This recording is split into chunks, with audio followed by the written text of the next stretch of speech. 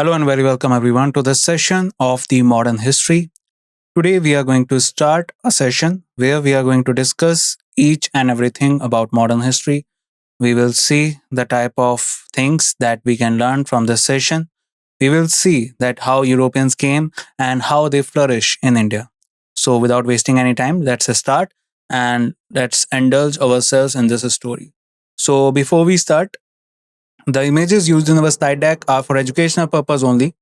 We respect the intellectual property rights of the original creators and owners of these images. If you are the owner of any of the images used in this deck and have any concerns or issues, please contact us at sathi@iitk.ac.in and we shall remove the images. So the first topic that we are covering is the advent of Europeans. So which means that when the Europeans came into India and they came as a trader and they start flourishing as an administrator. So we will go to that thing, but before, let us see that when and how the particular Europeans came. So here you can see in this list there is the name of the companies or the countries that came from Europe and which in which particular year they came. So starting from the first one, the Portuguese. Portuguese came in 1498 AD. Then comes the English. English came in 1600 AD. But I would like to add point here. Basically, Britishers start their journey in 31st of December 1600 when they got the royal charter from the Queen Elizabeth first at that time. And after that, they started their journey and they particularly reached India in 1608 when the first merchant of the East India Company, that was William Hawkins, came into the court of Jahangir, that was in 1608. Let's move further. We will discuss it in explained form later on. Then comes the Dutch. Dutch started their system in 1602. And after that comes the Danish. Danish basically came in 1616 AD.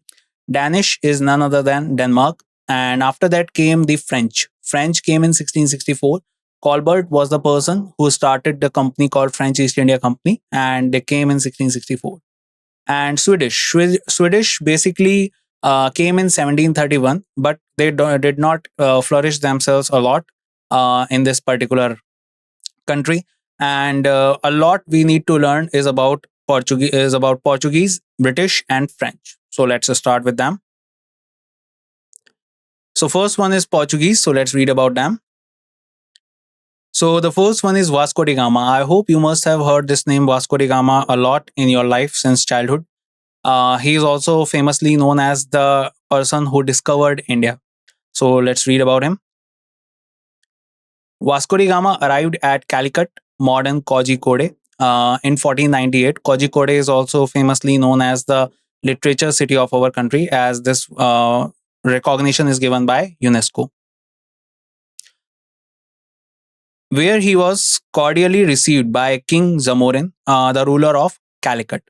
King Zamorin was a title basically of the king, and he was the king of Calicut. Calicut, as we have already discussed, is Kozhikode, that is on the Malabar side of our country or the Malabar coast. Today, you will find this place in Kerala.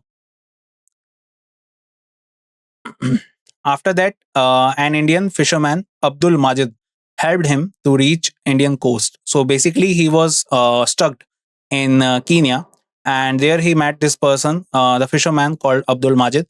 He helped this particular person called the Vasco da Gama, and Vasco da Gama basically came along with him and towards India. And when they particularly reached, so this was the first time when Vasco da Gama arrived in India. So do remember that India was already known to the world, but he was the one who discovered the sea route, passing through the Cape of Good Hope, that is the southernmost point of African continent, and passing through the what would I say, the channel, that is the Mozambique channel. Then he reached Kenya, and after that, Abdul Majid took him to Calicut. By 1502, Vasco's second visit led to the establishment of trading stations at Calicut, Cochin, and Kannanur, and fortification of the same. So basically, during his first visit, he made a profit that is 60 times of what the expenditure he made while he was visiting our country. So that is why a lot of hype was created in Europe, that a lot of people from different countries are also enthusiastic to visit our country. And Vasco da Gama once again came in 1502. There were total three visits done by Vasco da Gama. Remember that. Now we need to learn about Pedro Alvarez Cabral. So he established the first factory at Calicut in 1500. Let us talk about this also. So when Vasco da Gama came, so after him, as I was saying, a lot of different people came, and one more Portuguese came. That was Pedro Alvarez Cabral, and he was the one who established the first factory of Portuguese in our country at Calicut. That was in 1500. Though this factory was not able to flourish, because when this factory was established by Portuguese, the lot of people came in the court of Zamorin, and they asked Zamorin that this is illegal and they are particularly going to corrupt the system. So Zamorin basically attacked them on this factory, and in particularly reflection, Vasco da Gama and other merchants also attacked on Zamorin. So when this happened, this factory was destroyed, but later, due to the war that was waged between Zamorin and Vasco da Gama and the others, Vasco da Gama was able to take the control of this place, Calicut, and now was able to flourish their system in this particular place. Then comes the first Portuguese governor. Remember the name Francisco de Almeida. So, if we talk about Francisco de Almeida, always remember that he was the first Portuguese governor, and he took this post in 1505 and remained to this post till 1509. The first governor, as I was saying, appointed by king to protect Portuguese interest, initiated the blue water policy or Cartaz system. So if we talk first of all about the blue water policy, so remember one thing, that Portuguese was the place where the first navigation school was established in the 15th century, in the early starting of 15th century. And that is why there is also a phenomena occurs in the mind of Portuguese, that they were particularly called themselves the rulers of the oceans. And because of that, when they took the control of the Malabar area, they also started the blue water policy, which means that any kind of ship that is passing through this area for trade purpose, they have to give a particular token, or you would say a particular toll, to the Portuguese army or navy. So that was basically the blue water policy or the Cartaz system started by Francisco de Almeida. Cartaz system, it was naval trade license issued by authority without which trade was prohibited, as I was saying. So I think this point is clear, that how Portuguese established themselves. Let's read more about them. Albuquerque. Remember, this is the pronunciation Albuquerque. Albuquerque was another Portuguese governor. He took this post in 1509 and remained till 1515.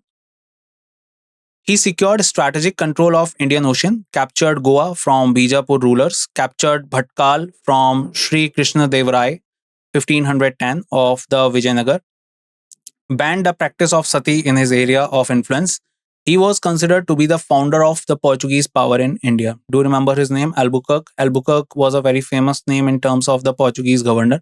As we can see, he was the one who captured Goa from the Bijapur Sultanate or rulers, captured Bhatkal from Sri Krishna Dev Rai of the Vijayanagar. Vijayanagar Empire was a very famous empire that flourished in the southern part of India, started in 1336 by Harihar and Bukka. And also, Albuquerque was famous for banning the practice of sati in his area of influence. So basically, the area which was under his control, he also was the one who particularly banned the sati practice. So do remember all about him.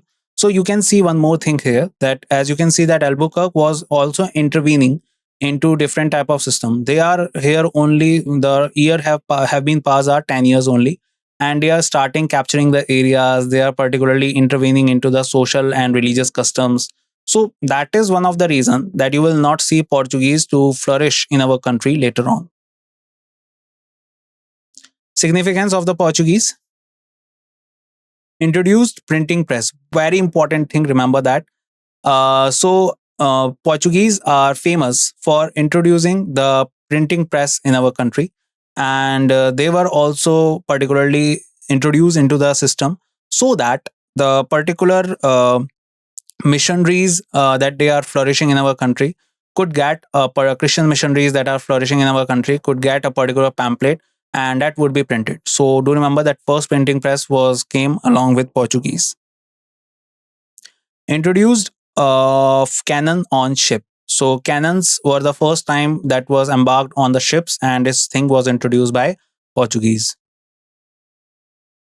Introduced the cultivation of tobacco to India. Very important. Do remember one more thing that Jahangir was the king who banned tobacco later on. Introduced the art of the goldsmith flourished at Goa. If even today, if you go to Goa, you will find this particular system is still very important and very famous in Goa. The famous Jesuit Saint Francisco Xavier arrived in India with Martin Alfonso de Souza, the first pastor to visit India with the purpose of flourishing Christian missionaries. Introduce nut, potato, tomato, chilies, capsicum. Do remember all these things. Potato, very important. They took potato from Peru and introduced it in India. In 1612, Battle of Swally, also known as the Battle of Suwali, was fought between English and Portuguese, in which Portuguese were confined to Damandiv and Goa. This was a very famous and very important battle, guys. Actually, what happened was that Britishers also came in 1608 into the court of Jahangir. But Jahangir, firstly, Jahangir particularly banned the Britishers for doing any kind of business.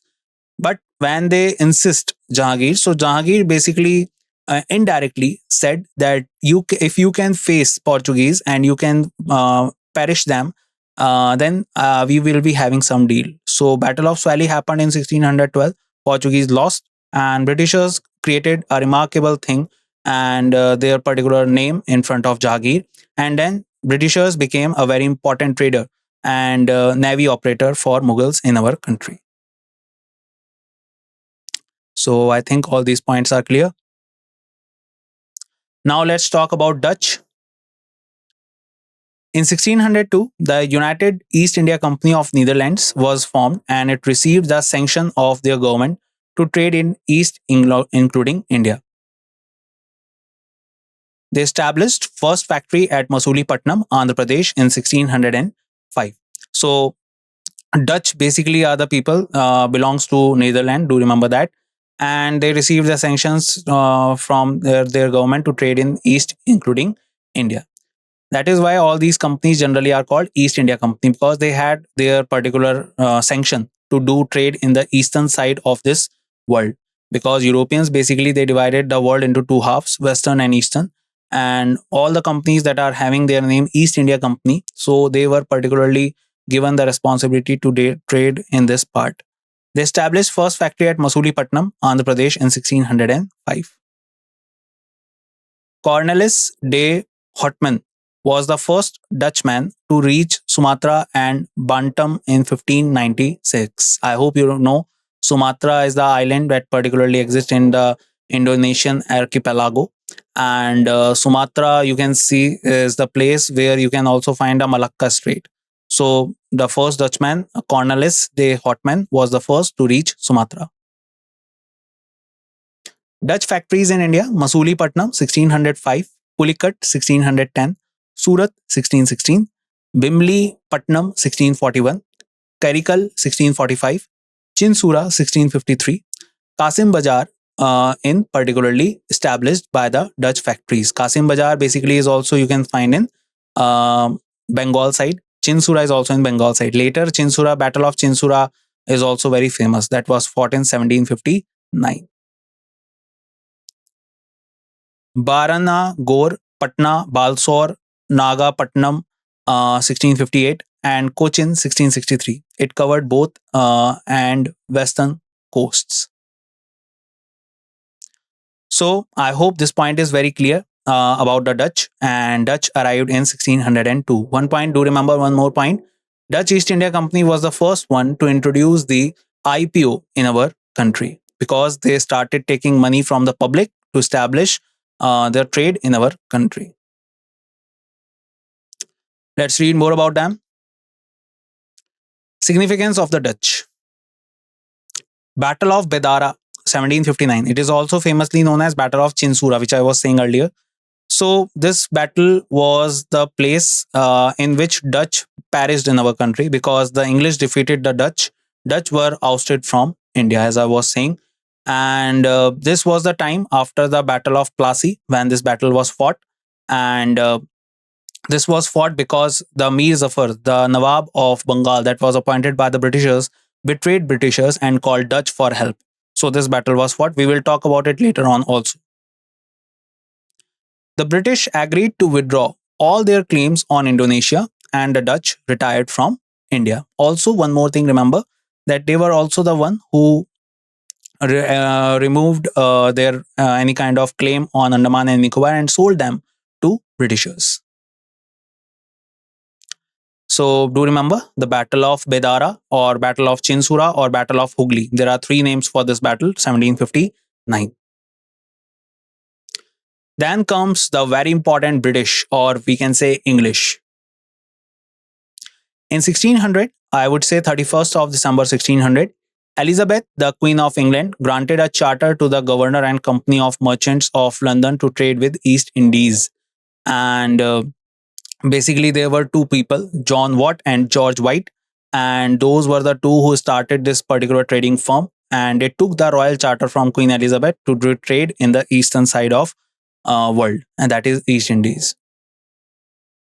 William Hawkins arrived at Jahangir's court in 1608 but failed to secure permission due to opposition by Portuguese. So basically, he came in 1608, and when he asked for the permission to do trade, Jahangir did not give the permission. Did not give the permission. Why?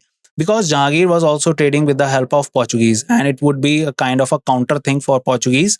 So Jahangir was not in the state of taking any kind of battle with them. So that is why he did not give the permission. In 1611, Captain Middleton, very important, remember this name, obtained the permission of the Mughal governor of Surat to trade there, also started trade in Masulipatam. And that is why in 1612, the Battle of Swali, which we earlier read about, fought between Britishers and Portuguese. Now I think you are connecting the dot. In 1613, a factory of East India Company was established at Surat. In 1615, Sir Thomas Raw, the ambassador of King James I, arrived at Jahangir's court with lot of presents that were presented to Jahangir. And then Jahangir also gave permission to do trade in different parts of the country. So this was the time when Thomas Raw was granted a lot of permissions. Do remember, Surat was the first legal factory of Britishers in our country that was established in 1630. In 1616, the company established its first factory in the south in Masuli, Patnam. So this is the first factory in south in Masuli, Patnam. In 1632, the company got the Golden Farman from the Sultan of Golconda, which ensured safety and prosperity of their trade. Because Britishers were very clever in getting these type of farmans or these type of deals from the kings, and after that they particularly established themselves one by one in each and every part of our country. In 1633, the company established its first factory in East India in Hariharpur, Balsore, Odisha. So I hope this point is very clear to all of you that how they came and how they established different factories. Let's read more about them. So let's read further. Fort St. George is the first English fortress in India, founded in 1644 at the coastal city of Madras, modern day Chennai. Do remember this point, guys. This is very important. Remember, the first legal factory was established in Surat, and the first fort was established was Fort St. George. Most of the people got confused with the Fort Williams. No, Fort Williams not the first. Fort St. George was the first, and it was established by the English in Chennai in 1644. In 1667, Aurangzeb gave the English a farman for trade in Bengal. And this, as I was saying also, that these kind of farmans helped a lot the Britishers in particularly doing trade. And this one they got from the king of Mughal Empire, that was Aurangzeb. So Particularly, it was very helpful for them to do a kind of a trade and create a lot of profit in Bengal. In 1717, this year is also very important, guys. The Mughal Emperor Farrukh Shiar issued a farman called Magna Carta of the company, giving the company a large number of trade concessions in Bengal, Gujarat, and Hyderabad. It included. So this was basically the time when in 1717 Farrukh Shah gave this farman or called the Magna Carta. I would like to add one point here. Farrukh Shah was suffering through a particular disease in which a particular physician from the British Empire, he came into the court of Farrukh Shah and he helped Farrukh Shah from getting the things right. And as soon as the medicine was given to Farrukh Shah was so overwhelmed that he provided this particular farman to the company, and because of which a lot of concessions were given, and because of which Britishers were able to create a lot of wealth, which later they also used in fighting the kings of our own country. Companies import and export were exempted from duties, as I was saying. First thing, permission to issue dastaks for transportation of goods. Basically, dastak is a kind of a card, you can say, that is given at that time. And with the help of this dastak, with the annual payment in the places like Bengal and Gujarat, that is very low payment given by Britishers to the king. They can just move their trade or their goods from one place to another in Bengal and Gujarat.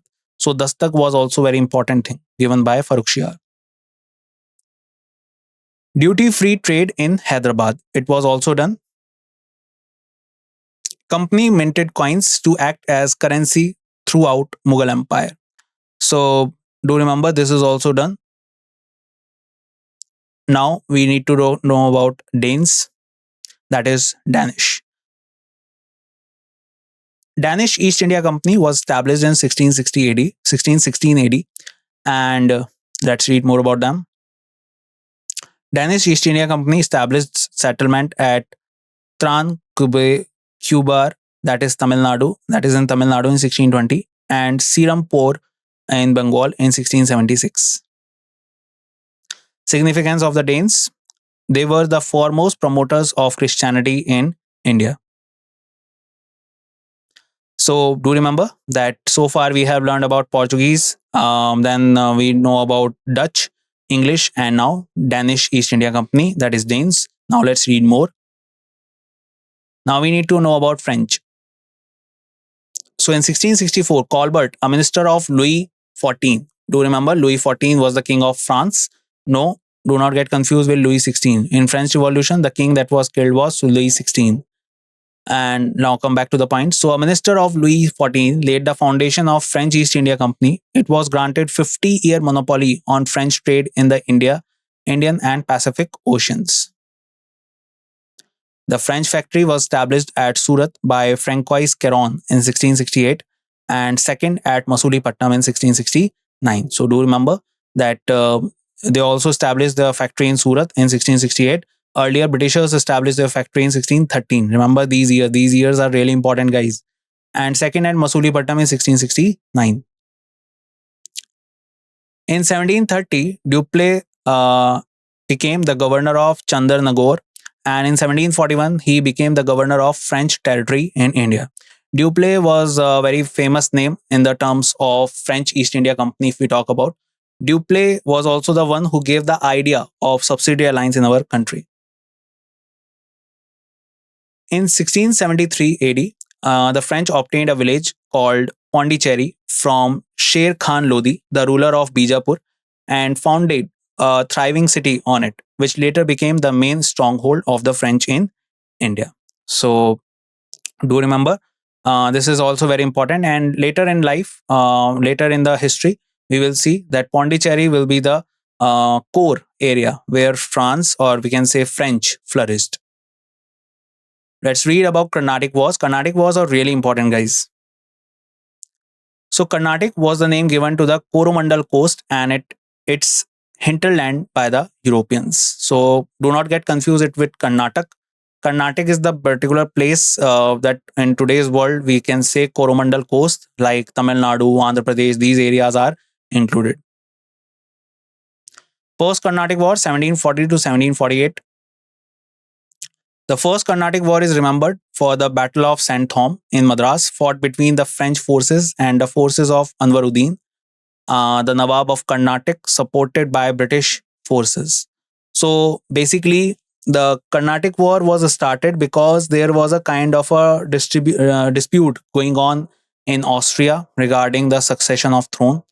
And do remember one thing: whenever any kind of dispute at that time was rising in Europe, France and Britain will always be found on opposite sides.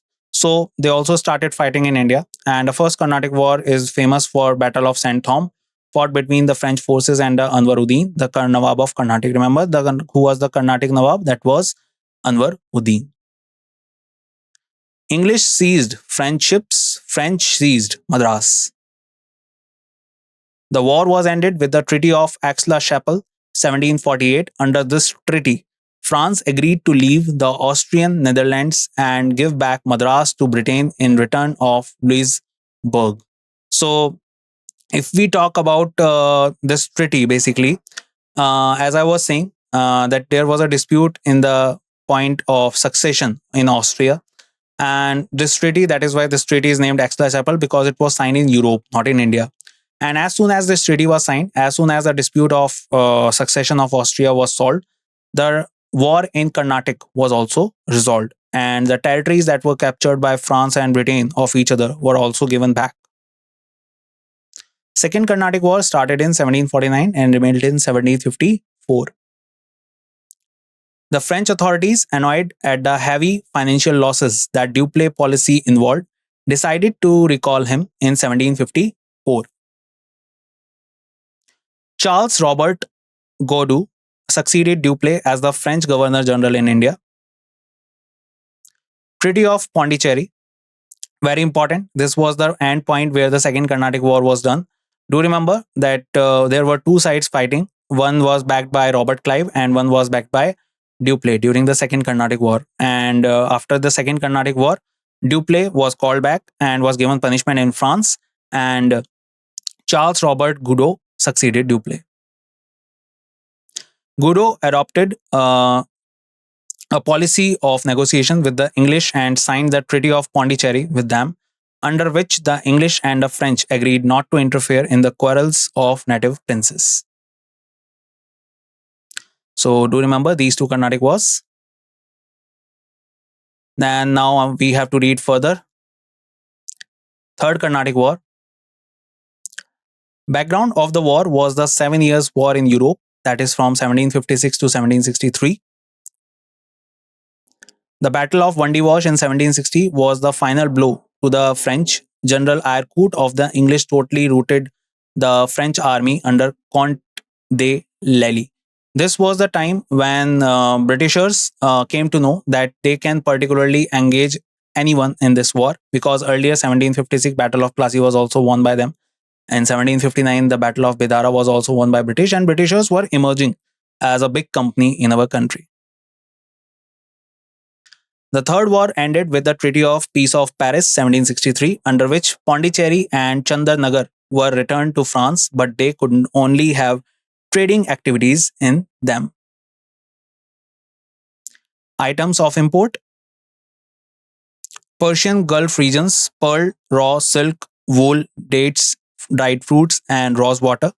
So basically, if we talk about the Persian Gulf, so Persian Gulf was basically we are learning that what type of things were imported at that time. So from Persian Gulf, all these things were imported. Arabia, coffee, gold, drugs, and honey. China, tea, sugar, porcelain, and silk. Tibet, gold, musk, and woolen cloth.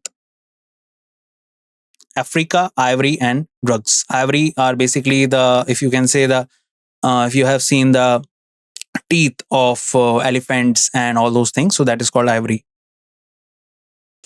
Woolen cloth, copper, iron, lead, and paper from Europe. So that was Third Carnatic War, and these things were imported. Items of export: cotton textile, raw silk and silk fabrics, hardware, indigo, saltpeter. Saltpeter is basically used for making bullets, or you can say for guns also. Opium, rice, wheat, sugar, pepper, and other spices, precious stones, and drugs. So all these things were exported. India on the eve of British conquest. Now we have to learn that how British conquered India completely. So first half of the 18th century saw the decline of Mughals. The reign of Aurangzeb 1658 to 1707 was the beginning of the end of Mughal era in India.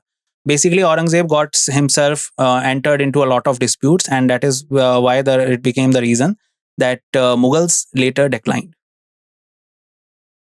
The misguided policies of Aurangzeb weakened the stability of the state, and the decline gained momentum after his death due to wars of succession and weak rulers.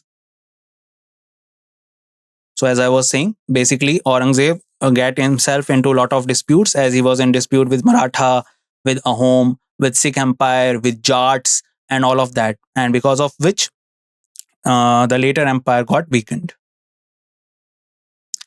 Rise of regional states, successor states. So basically, after the falling of Mughal Empire, lot of different type of empires were formed. They broke away from the empire but did not challenge the sovereignty of the Mughals. Examples: Bengal, Awadh, and Hyderabad. In Bengal and Awadh, Nawabs were created, and in Hyderabad, Nizam was created. Independent kingdoms. These were established due to destabilization of Mughal controls over the provinces. These are the ones who are who are away from the sovereignty of Mughals. Examples: Mysore, Kerala, Rajput. New states. These were set by rebels against the Mughals. Examples: Maratha, Sikhs, and Jats. So these are the new type of systems that were creating after the death of Aurangzeb, or even during the time when Aurangzeb was there, because a lot of people were rebelling against him, like Maratha and Sikhs and Jats and all these type of kingdoms. Bengal, Awadh, and Hyderabad created after the death of Aurangzeb. And here you can see Hyderabad, Nizam ul Mulk, Chin Kilich Khan, Awadh Sadat Ali Khan, Buran ul Mulk. Bengal, Murshid Quli Khan was the Nawab, first Nawab. Mysore, initially ruled by the Wodeyars, later Hyder Ali absorbed the power. Kerala, Martand Verma.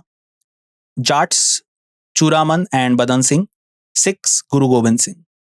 Now, we need to know about the expansion and strengthening of the British Empire. Timeline of the event. So let's see that how and where they have expanded. 1740, Anglo-French struggle began for supremacy in India with the First Carnatic War. We just read about it. 1757, 23rd June 1757, the Battle of Plassey, very important. This was the day called Sunday. At that day, the day was Sunday. British forces defeated the Nawab of Bengal at Plassey, and that was Siraj-ud-Daulah. The British East India Company, commanded by Robert Clive, against Siraj-ud-Daulah, the Nawab of Bengal, Bihar, and Odisha, supported by French force. It was a decisive victory for the British. Mir Zafar Khan entered Murshidabad with Clive and became Nawab of Bengal, Bihar, and Odisha.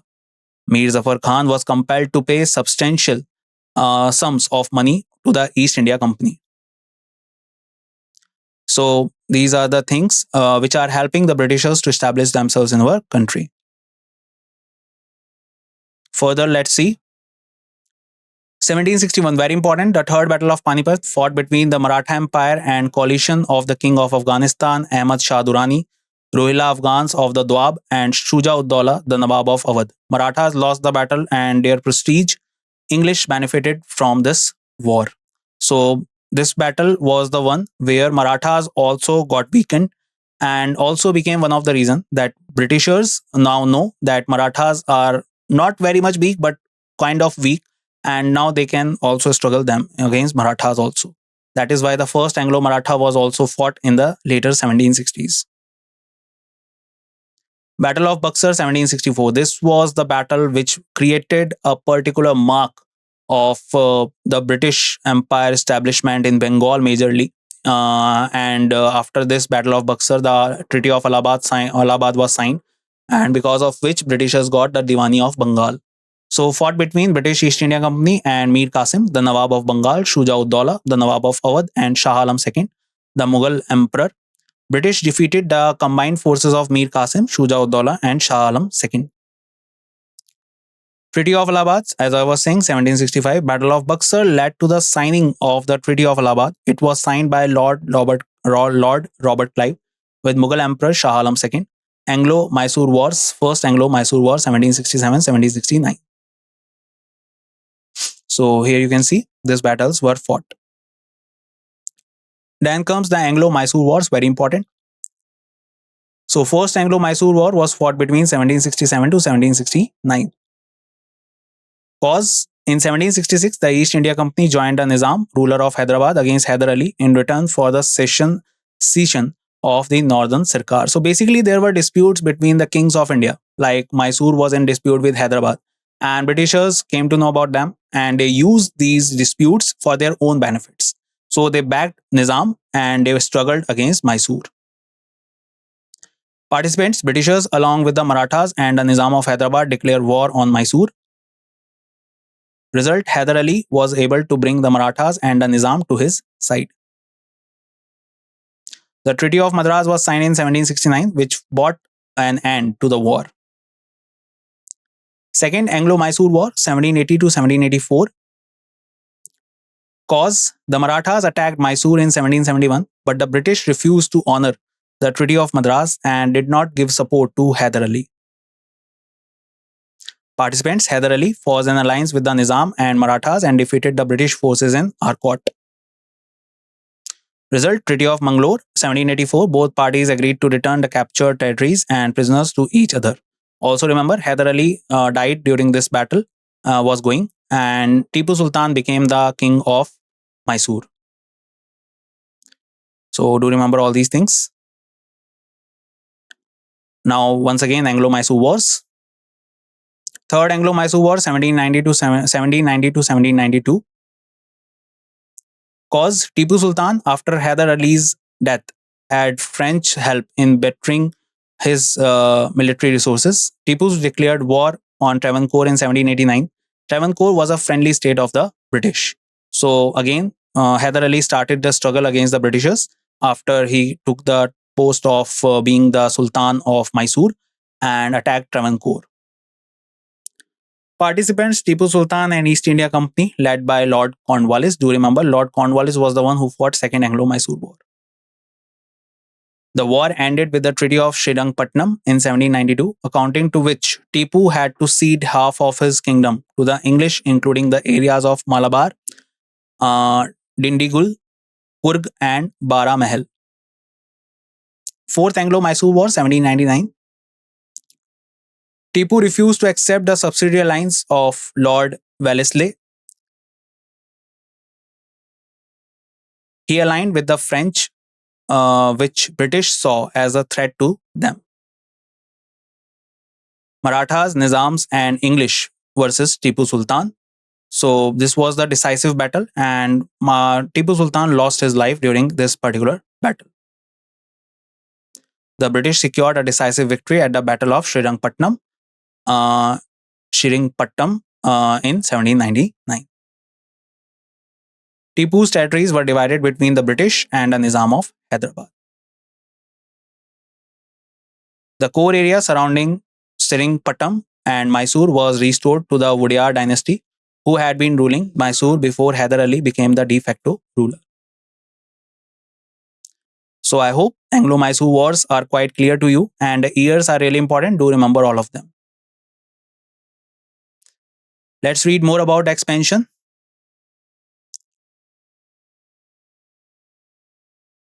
Now comes the Anglo-Maratha Wars. So first Anglo-Maratha Wars, 1775 and 1782.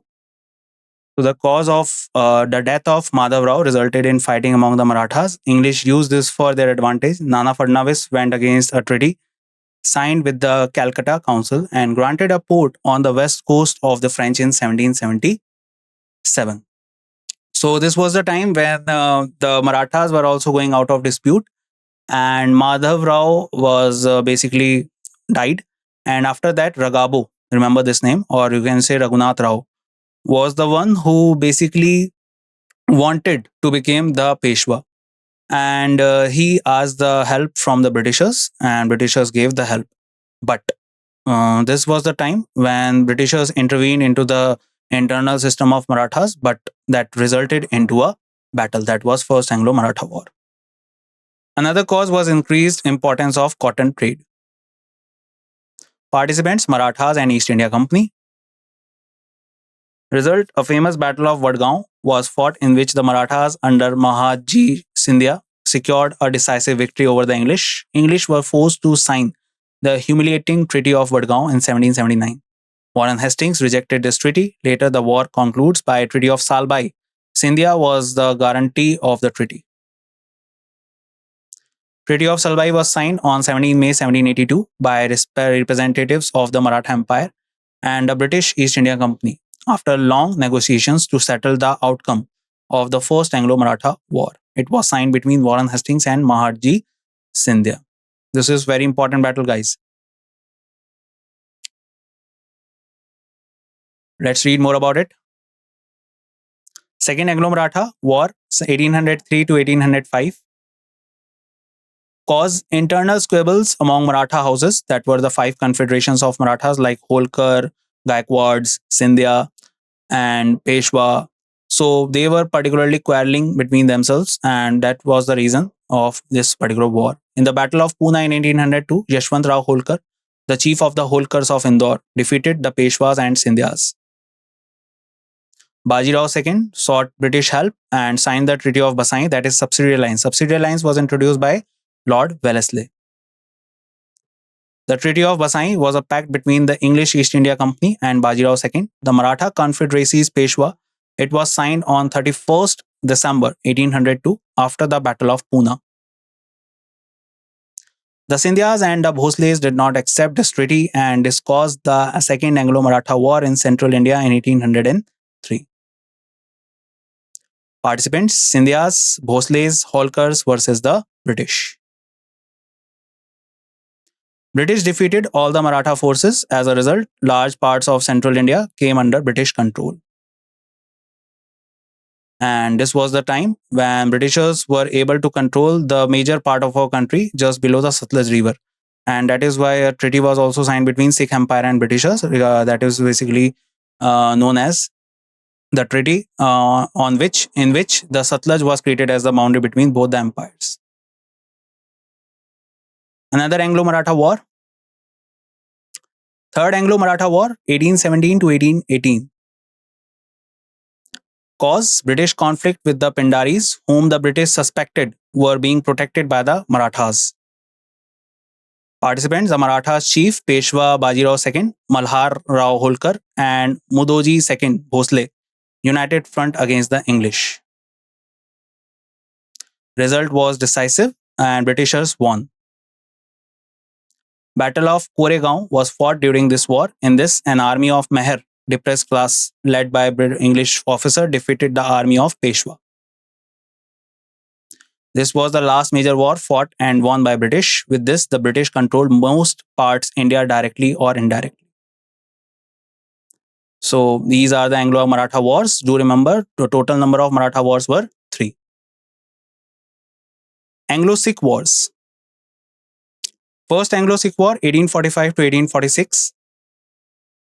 Cause immediately after the death of Ranjit Singh, British East India Company had begun increasing its military strength to protect the empire from any Russian invasion from northwest. Growing influence of Sikh army in the court worried the British. Due to the British provocation, Sikh forces crossed the Satluj and took offensive position against the English forces. So basically, after the death of Raja Ranjit Singh, Britishers and Sikhs were both insecure and they fight against themselves against each other during the First Anglo-Sikh War. Participants, Sikh army versus British forces. British victory at Sobrown led to the signing of the Lahore Treaty in 1846, which ended the war. Second Anglo-Sikh War, 1848-1849. Cause murder of few East India civil service officers led to hostility. Dalhousie and his policy of extension. Participants, Sikhs versus English. Result: final battle was fought at Gujarat near Chenab in 1849, in which Britishers forces won. So this was another decisive battle, and after that, Britishers took control of Sikh Empire as well. The famous Kohinoor diamond went into British hands. Now, another important policies of Britishers: policy of ring fence, very important. Warren Hastings, 1770s to 1800s. It can be called a predecessor of subsidiary alliance. To protect major provinces, set up subsidiary forces in the surrounding regions. Example, stationing army at Awadh, giving some weird illogical reason. The main agenda was to protect Bengal from any external threat. Policy of subsidiary alliance. It is a treaty between the British East India Company and the Indian princely states, under which the Indian princely states lost their sovereignty to the English. It was framed by Lord Wellesley, the Governor General of India, from 1798 to 1805. It was actually used for the first time by the French Governor General Marcus Dupleix. So do remember, subsidiary alliance is a very important tool that was used by Britishers to control the area of India and the particular kings. Another policies: feature of subsidiary alliance. Indian rulers entering into subsidiary alliance with the British had to dissolve his own armed forces and accept British forces in his territory. He had to pay for the British Army's maintenance. If he failed so, a portion of his territory would be taken away and ceded to the British. British promised non-interference in internal affairs of the Indian state. Indian state could not enter into any alliance with any other foreign power. He could also not employ any other foreign nationals other than Englishmen in his service. The Indian state could also not enter into any political connection with another Indian state without the approval of British. A British resident was stationed in the court of Indian rulers. So basically, Lord Wellesley was the one who started this subsidiary alliance. The idea was given by Dupleix, the French governor, who lost during the Second Carnatic War. And as you can see, there are a lot of things that were put on the kings of India. And whoever particularly adopted the subsidiary alliance became a kind of a puppet of Britishers at that time. And if we talk about this, so do remember the Nizam of Hyderabad and the Awadh of the Nawab of Awadh and some other people also particularly adopted the subsidiary alliance. Doctrine of lapse. It was an annexation policy followed by Lord Dalhousie when he was India's Governor General from 1848 to 1856. Features of policy. Any princely state under the direct or indirect control of the East India Company who did not have a legal male heir would be annexed by the company. Any adopted son of the Indian ruler could not be proclaimed as heir of the kingdom. The adopted son would only inherit his foster father's personal property and estates. The adopted son would also not be entitled to any pension that his father had been receiving or to any of his father's titles. In 1824, before the time of Dalhousie, the princely state of Kittur was acquired by the East India Company during using this doctrine. But officially, Satara was the first kingdom acquired under this treaty. And that's it in this session, guys. I hope you learned a lot of things with me regarding the policies, regarding the expansion, regarding the strengthening of British Empire. I will meet you in the next session in which we will discuss some more things related to the modern history. Till the time we meet, bye bye. Take care, everyone, and see you soon.